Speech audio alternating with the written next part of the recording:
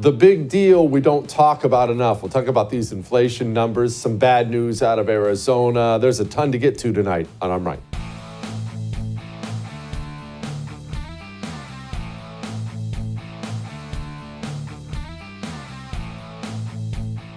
Sometimes we make a mistake, you and me, us hyper-political people, us people, we people, I don't know how to say that. I went to community college, whatever. You, me, we pay attention to politics.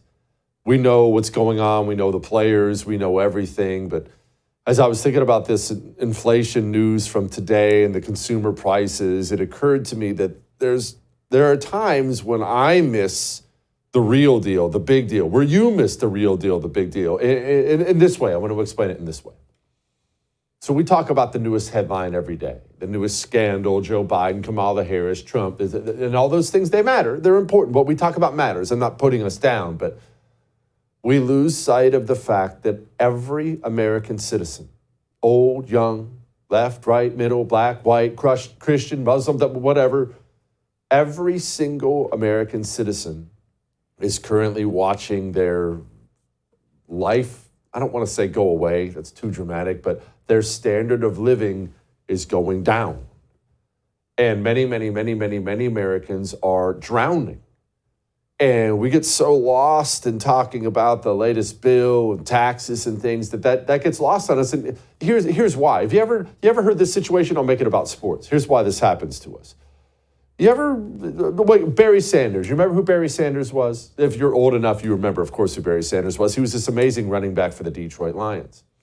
And so every now and then it would happen, the Lions would finish a game and they'd lose, and they'd look at the stat sheet and the fans would be yelling the whole game, "Give Barry Sanders the ball!" And they'd look at the plays and Barry Sanders touched the ball 10 times. And then someone would go to the coach and he'd say, "Hey, coach, he's like the best player in the world, and you only gave him the ball 10 times. And the coach really didn't realize it. Well, I mean, I had studied so much film, and if you really do this and that. Whereas the people in the stands, they weren't involved. They could see because they were on the outside. Give Barry Sanders the ball. The coach was such an expert, he didn't know. That's what we do with politics. Because right now, people are drowning. This is not something that's coming in the future. Right now, low-income people are drowning.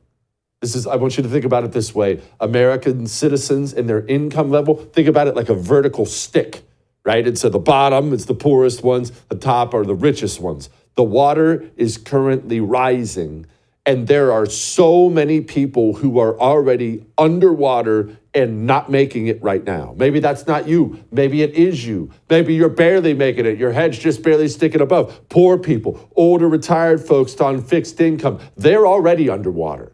But it's coming for all of us as the waters rise. 2.9% inflation, okay? That's the nerd number. That's the number year over year. Set that aside because they lie about everything. Here's the real number. Gas is up 50%. 50%. This is just in the past 4 years, 50%. Electricity, 32%. Producer Matt, just dropped 900 bones on an electric bill. Think about that. Groceries up 21%. Oh, and this all comes with earnings. What you're making is down 3.9%. Okay, those are numbers and percentages and nerd things. Set that aside. What that means is people aren't making it. And aren't making it, it means different things to different people depending on how hard this is hitting you. For some people, and I'm not dismissing this at all, for some people it means no family vacation this year. I'll tell you, we didn't grow up with a bunch of money, but we went on a family vacation almost every year. Sometimes I was driving down to Myrtle Beach for a couple days, but as a family would take a vacation, time off, time with family. Families are canceling that. They can't do it. Adult children are moving back in with their parents. Parents, retired, that Social Security check isn't cutting it anymore. The part-time job isn't cutting it anymore. They're moving back in with their kids. This is not something that's coming. This is happening right now. This might be happening to you right now. I have a listener to my show, an older couple, farm couple. They're selling off everything they have.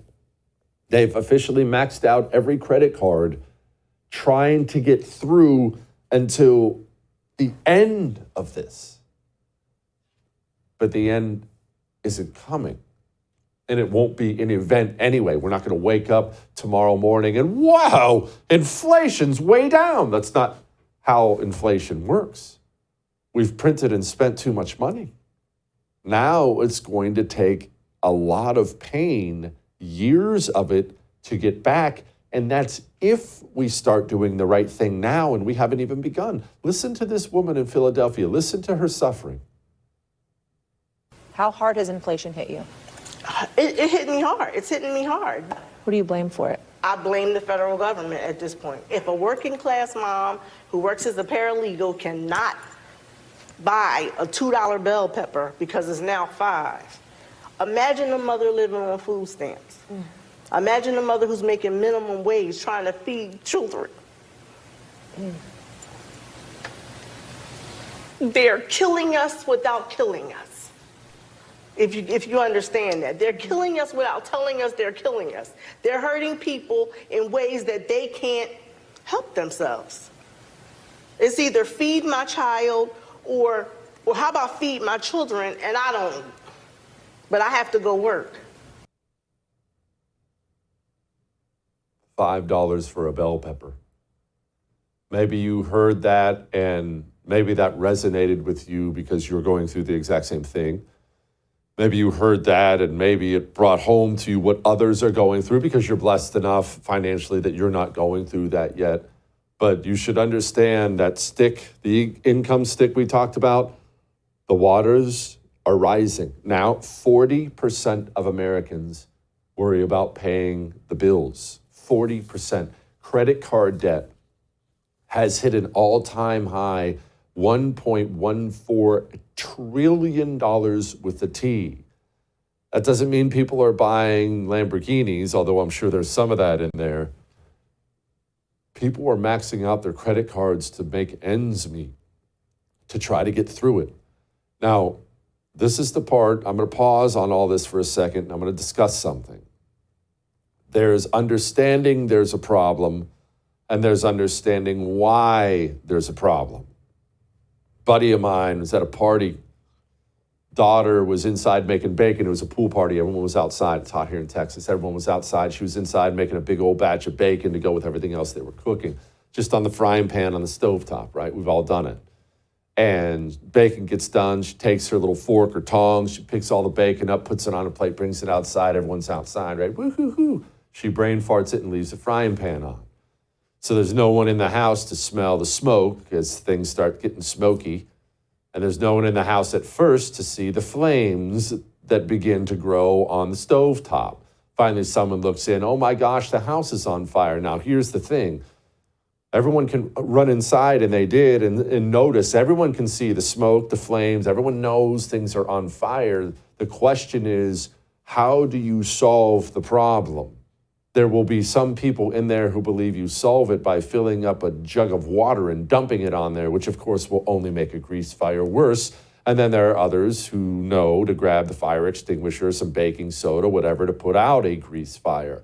Back to the economy. Everyone knows, Republican, Democrat, rich, poor, top, bottom, middle, everyone knows things are more expensive and things are bad. That's not the problem. The problem is how many people understand it's the government's fault.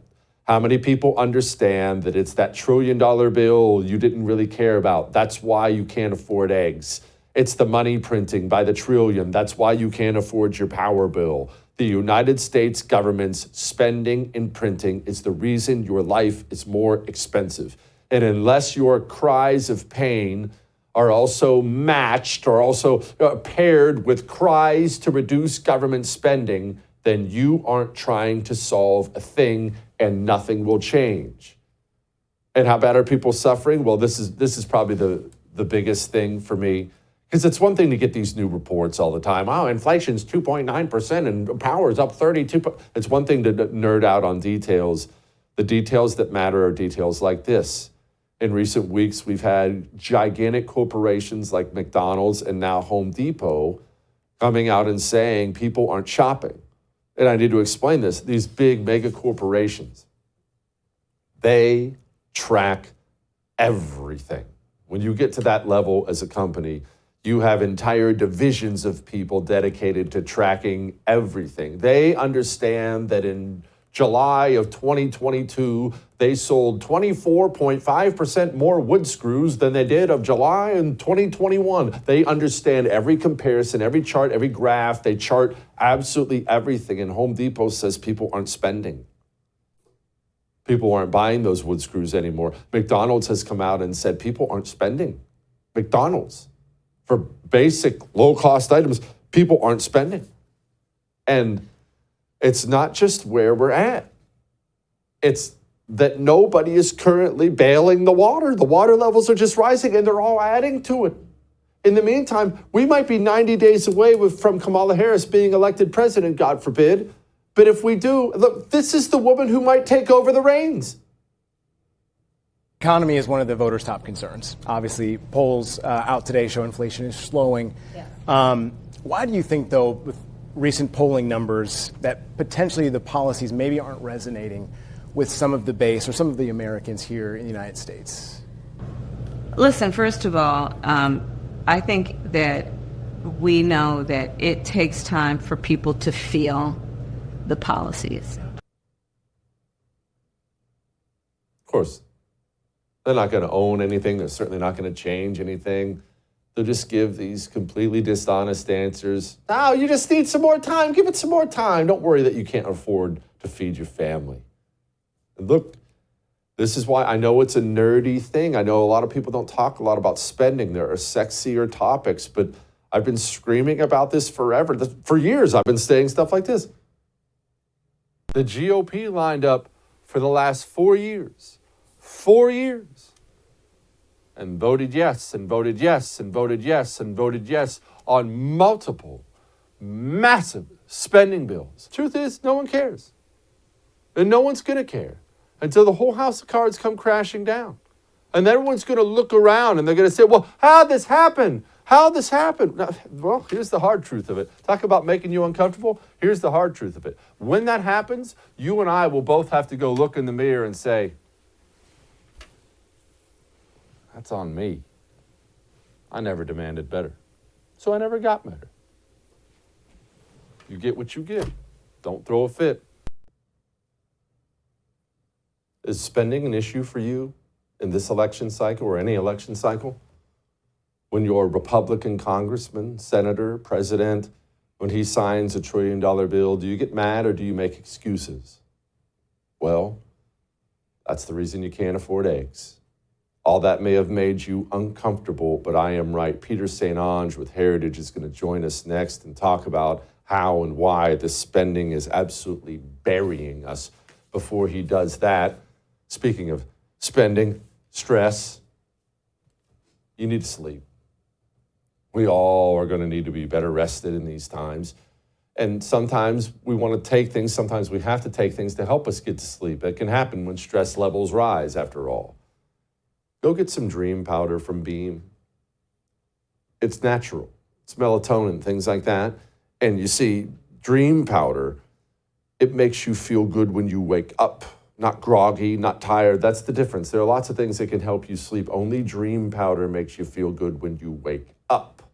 Now, 40% off because they understand things are tough. Times are tough right now. Shopbeam.com/Jesse Kelly gets you that deal. We'll be back.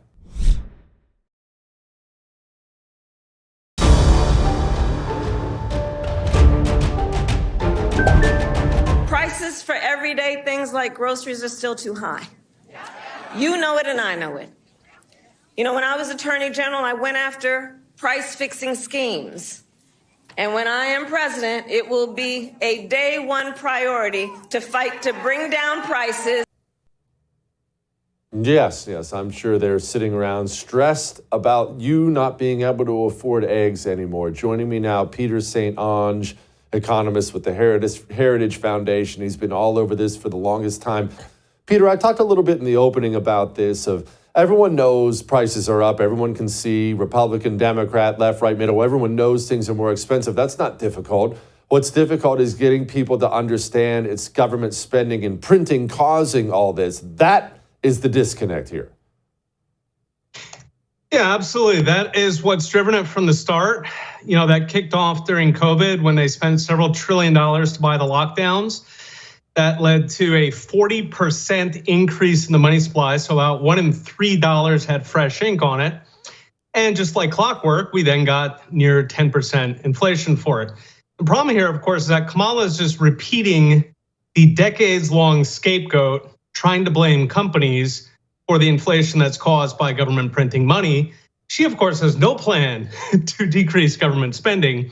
If anything, she has been so far to the left of Joe Biden on both taxes and at least energy. So we can actually expect her to spend more and create more inflation.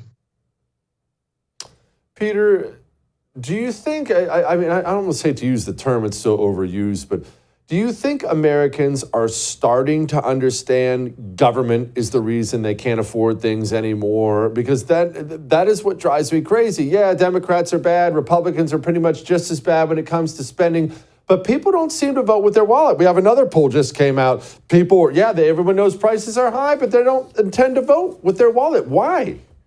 Yeah, I mean, really, I blame media. About half the country, I think, does understand what's happening. They understand that government is causing it. The problem is that the other half of the country still believes what media tells them. And media it's not really almost a Republican or a Democrat thing. Media is the pro-government party. Government media wants more spending. It wants to cover up what's causing the inflation. So they will try to sugarcoat all of these numbers in the way that works best for the uniparty. And when it comes to inflation, we've seen it. It was Putin's price hikes for a minute there. It was people buying too much on Amazon. It was the boat stuck in the Suez, right? It's every excuse under the sun, except for the one thing that's actually causing inflation. By the way, it's caused inflation for thousands of years, which is printing the money. And both parties want to keep doing that, right? As long as there's ammunition for Ukraine, the Republicans are happy to sign on to any spending bill. It's really a uniparty issue. And in terms of regular voters understanding that, I think that comes down to the media. 80% of the media wants to carry water for more government spending for the uniparty. Peter, I've asked about the mentality of this before, but I really am curious what you think these people think. Republican, Democrat, doesn't matter who they are in Congress, president. They know these numbers. They know what's causing it. They understand all this, and yet they don't want to stop. None of them want to stop. None of them even want to slow down. Do they just not care? Yeah, I think it's a problem with our political system in many ways. So if you are running an election and the other guy is promising to throw a party and you're promising to pay for last year's party, no party, we're going to pay for it. We're going to pay off the credit card. Who's going to win that election, right? So the problem fundamentally is that voters do not feel like the spending is real. They don't feel like the deficit is real until they start feeling that, which historically takes a crisis. Until they start feeling that, they're not actually going to vote for the fiscally responsible candidate. If voters are not choosing the fiscally responsible candidate, then it is political suicide to try to go that route. So instead, the parties are essentially doing what voters have told them to do, which is spend as much as possible, just put it on, either military if you're on one side of it, on welfare, or importing migrants if you're on the other side of it. But there's no space in there for fiscal responsibility because voters aren't demanding it. They're not demanding it, as you say, partly because they don't understand how it works. The media has deceived them. The public education system has deceived them. Partly because so much of it is going, it just goes into deficits. 2 trillion deficit, 3 trillion deficit. What's the difference for the average voter? They don't feel it yet. Eventually they will.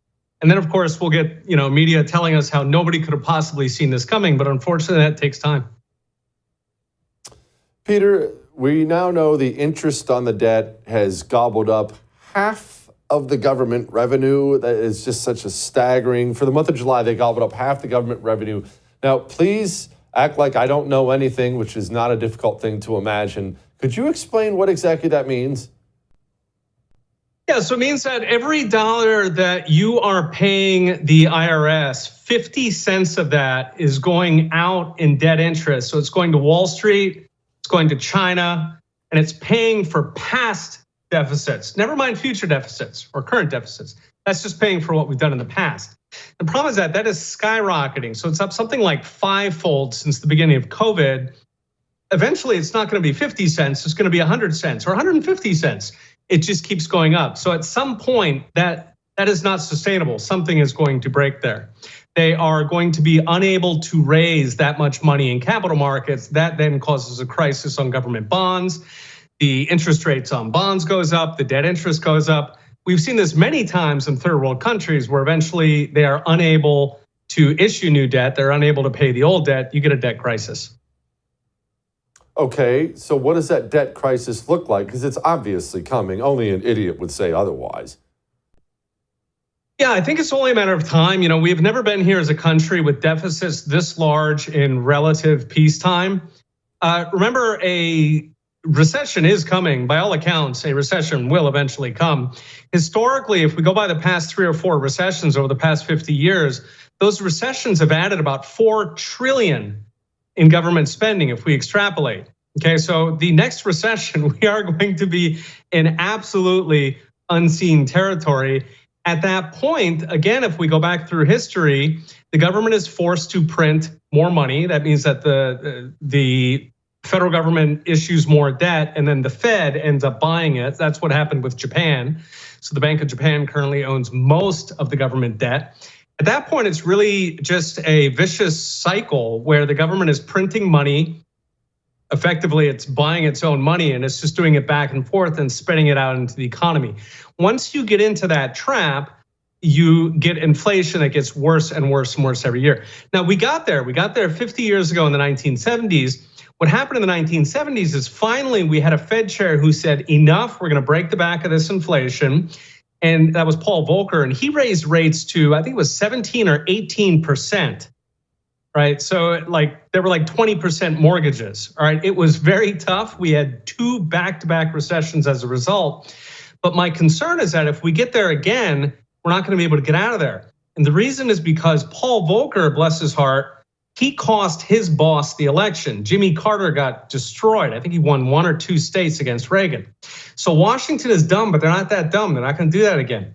So my concern is that if we fall back into this 1970s script where we're looking at a decade of inflation and slow growth, I'm not sure that we can get out of it this time. So we're doomed to just death spiral from here? Is that what you think? I know you're not trying to be Debbie Downer, but if the only solution is a solution that won't be implemented, then there are no solutions? We would, in order to fix it, you would have to have a politician who gets up there and says, we're going to cut spending by 1/3. Okay, that's what it would take to end the deficits at this point. So they're collecting something like $4.5 trillion. They're spending more like $6.5 trillion. You would have to cut by 1/3. You would have to, I mean, that's a lot, all right? You would have to essentially close everything but Social Security and minimal border defense, all right? It is pretty close to impossible. Moreover, if you suggest that, you are going to get slaughtered in the election. They're going to go through line by line. They're going to say, what about the poor children who can't afford their infant formula? I mean, they're going to go through a list of about 10,000 things that the government spends money on. They're sympathetic. They're going to ignore the other million things that none of us want the government to be spending on. But anyway, that's the game that's played. So if you look at the political calculus of it, it's very hard to see how somebody can come in here and cut the spending. Now, we could fix it structurally. Okay, one idea, Warren Buffett, his idea is that you tell Congress, you pass one law, and that law says if Congress cannot balance the budget, then they all have to resign their seats and they have a lifetime ban from politics. So that's the Buffett rule. I love that one. That one would work, but good luck getting that one through. The other possibilities might be, a balanced budget amendment where Congress has to balance the budget every single year. Again, that's been tried many times. For obvious reasons, Congress doesn't want to play ball because they love spending all that money. That's the reason they come to work. It's the reason they get political donations. It's why they're there in the first place. So really, you would either need some kind of structural change like that, or you would need some kind of maverick to come in there and actually say, we're going to slash spending. For that, I think in both cases, realistically, our best odds are if we get a crisis, then voters are ready for change. That's what happened with Ronald Reagan. media, did the same game on him as they did on Trump. They said he's a radical. He's going to destroy the country. He's crazy. He's going to start World War III. Exact same playbook as they do today. But guess what? Americans were desperate enough in the 1970s that they said, enough, we need somebody new. Now, Ronald Reagan did not cut spending, it's true, but he did grow the economy so that the economy could end up growing into the debt. That's probably the best case scenario. Well, fingers crossed. Peter, you were always awesome. Thank you, brother. All right. We have a panel discussing some Arizona problems. We need that state. We'll talk about that in a moment. Before we talk about that, let's talk about your cell phone company specifically. You see, your cell phone's fine, but if it's Verizon, AT&T, T-Mobile, they're not fine. These companies hate your guts. They take the money you spend every month. You pay your cell phone bill every month, at least I hope you do. They take that money and they use that money against you, against your culture, against your country. They do it all the time. They brag about it publicly. Go look up your cell phone company in Pride Month and tell me what you see. Switch to Pure Talk. Pure Talk's the patriotic cell phone company who loves you. They stand with you. Their CEO is a veteran. They hire Americans. You pay less.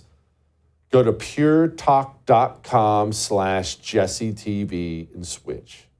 We'll be back.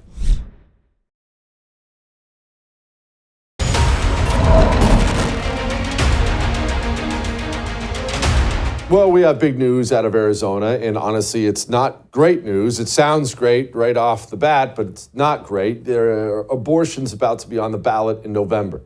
We'll get into the details in a moment, but the commies do this very, very well. They understand how to drive turnout, how to motivate their base, and there's nothing Democrats love more than slaughtering the unborn en masse. And if they put that on the ballot, it gets Democrats to the polls in a Sunbelt state that we really need Trump to win. Remember, if Trump doesn't sweep these Sunbelt states, that means he's got to break off 2 of the 3, Michigan, Wisconsin, Pennsylvania, and that's a tough row to hoe. Joining me now, Morgann McMichael, contributor to Turning Point USA, Kaylee McGhee, White, senior fellow, Independent Women's Forum. Okay, Morgann, it sounds good, right? It sounds great. We're going to tackle this pro-life thing, but man, this is the kind of stuff these people love to turn out their voters. It is. I mean, I'm from Arizona, living there for the past 2 years. And the amount of people that I see out petitioning, trying to get these signatures, which they did get enough signatures to put it on the ballot. What I find incredibly funny is abortion isn't illegal in the state of Arizona. The Democrats want more abortion. They want to kill more innocent lives up until 6 months. 24 weeks is what they're putting on the ballot. Abortion's legal up to 15 weeks in the state of Arizona, but that isn't enough for the Democrats. So now they have to push the envelope even further. And of course, they're hoping that this is going to get the Gen Z and the women vote turnout in the state of Arizona. But I know that us at Turning Point USA and Turning Point Action are doing the work on the ground, Turning Point Action chasing those ballots. So hopefully we can reverse what the left is doing here. Kaylee, am I thinking about this wrong? Obviously, I'm as hardcore pro-life as you can possibly get, so I want abortion stopped. Should I be excited? This just looks like something that's going to hurt us, though, to me. Well, it will, and we know that because we've seen historically over the past few years what the abortion amendments do in the states where they're put on the ballot. I'm from Michigan. We had our own abortion amendment on the ballot a couple of years ago, and in large part because of that amendment, Governor Gretchen Whitmer, who was pretty unpopular because of her COVID governance, soared to victory by an extremely wide margin that really no one was expecting in the state. And this also has national implications, as you mentioned. The states where abortion is on the ballot are going to be more difficult for Trump to win, even though he's tried to pivot to the center on this issue. He had a sort of a, tumble in Arizona not too long ago over their Civil War era law, and he tried to distance himself from that. He tried to encourage Arizona legislators to repeal that and to take a more moderate approach. But it's very difficult when this is Kamala Harris's only issue. She is going to hammer that repeatedly. She already has in her campaign visits to Arizona, and we're going to expect more of that from her in the days ahead. Morgann, what's it say about us as a country that you can watch that evil tyrant, Governor Whitmer, destroy her state, ban people from buying gardening seeds, yet they will crawl over broken glass to vote for her because she allows them to kill their babies? What does that say about us as a culture now?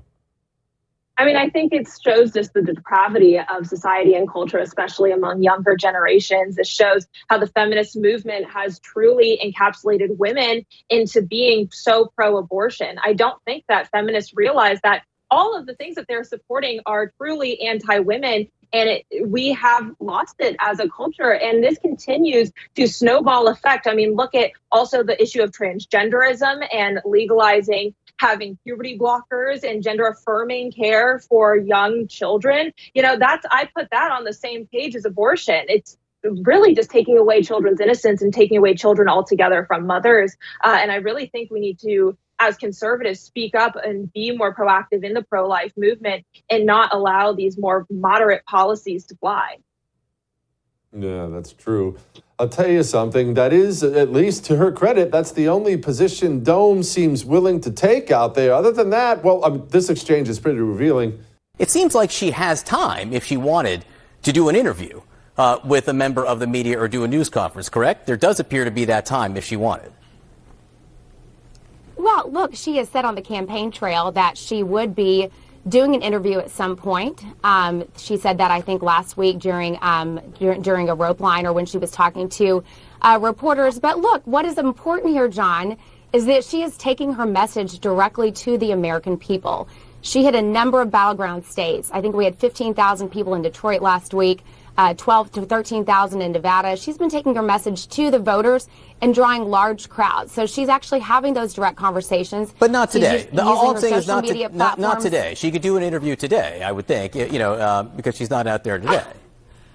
Well, look, she's taking her message directly to voters. And just because she doesn't have an interview schedule on her public schedule doesn't mean that she's not taking her message directly to voters.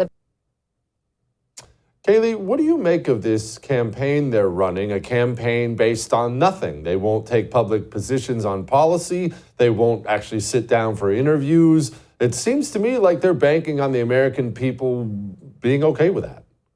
Yeah, it's the revised basement strategy that Biden had back in 2020. And, that CNN exchange, it's pretty pathetic. CNN's host trying to sort of waffle on the issue and be like, oh, well, it seems as if she would have time. No, she does have time. You know that she has time. So say that. And furthermore, why aren't they demanding from her campaign spokespeople that Harris sit down with them for a one-on-one interview? Why aren't there reporters chasing Harris down the tarmac to get some answers on these questions? They're letting her ride out this honeymoon period, and they're barely pressing her on any of these important policy issues. And that's why if you go to Kamala Harris's campaign website right now, there's not a single page on policy. It's only donation tabs. And that is in large part because media outlets like CNN are allowing her to get away with this. Morgann, a lot has been made of women voters, how you handle that. Well, there were the Vance cat lady comments that, of course, were blown out of proportion by everybody. And then in response to that, the GOP does what it usually does and grabs its ankles for people who hate it. And it had to be all about women outreach and reaching single women. Okay, can we discuss what the GOP should and shouldn't be doing on outreach for their base? Yeah, I absolutely think that the GOP needs some serious reform, especially when it comes to attracting women voters and young voters. Look at the strategy that the Harris campaign has been using on social media, absolutely taking over platforms like TikTok.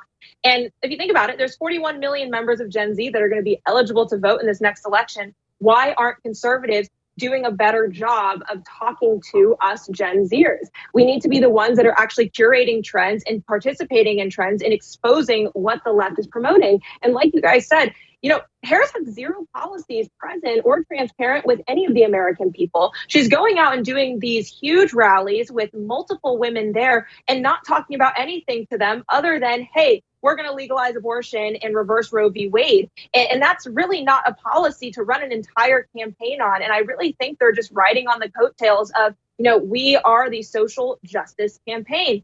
The GOP, I think, really needs to just be talking to female voters more and ensuring that vote because otherwise the left is going to continue to dominate those voter blocks. Kaylee, what is that message to women voters that would bring out the women vote? Well, I think we need to be clear about which kind of women we're appealing to, because the only demographic that tends to lean liberal out of all married men, single men, married women, and single women is single women. Married women aren't the problem. Married men tend to vote much more conservative than single women. And not to be too cynical here, but I actually don't think the Republican Party should revise its campaign strategy to only appeal to single women. I do think to a certain extent we need to give up on that demographic and push for more cultural change instead. Because the single best indicator of whether a woman is going to vote in a conservative manner is if she gets married, if she has kids, if she invests in things that are worth her time and effort, like her community, her church, her family. That is the ground game for Republicans moving forward. It's not changing our policy positions to try to win over the elusive childless cat ladies. It's actually pushing for long-term systemic change that will make a difference in women's lives and more than just their politics. Yeah, it's a cultural change more than politics. Ladies, thank you. I appreciate it. All right. Let's talk about some overseas things because there's a lot going on overseas. Victoria Coach joins us next.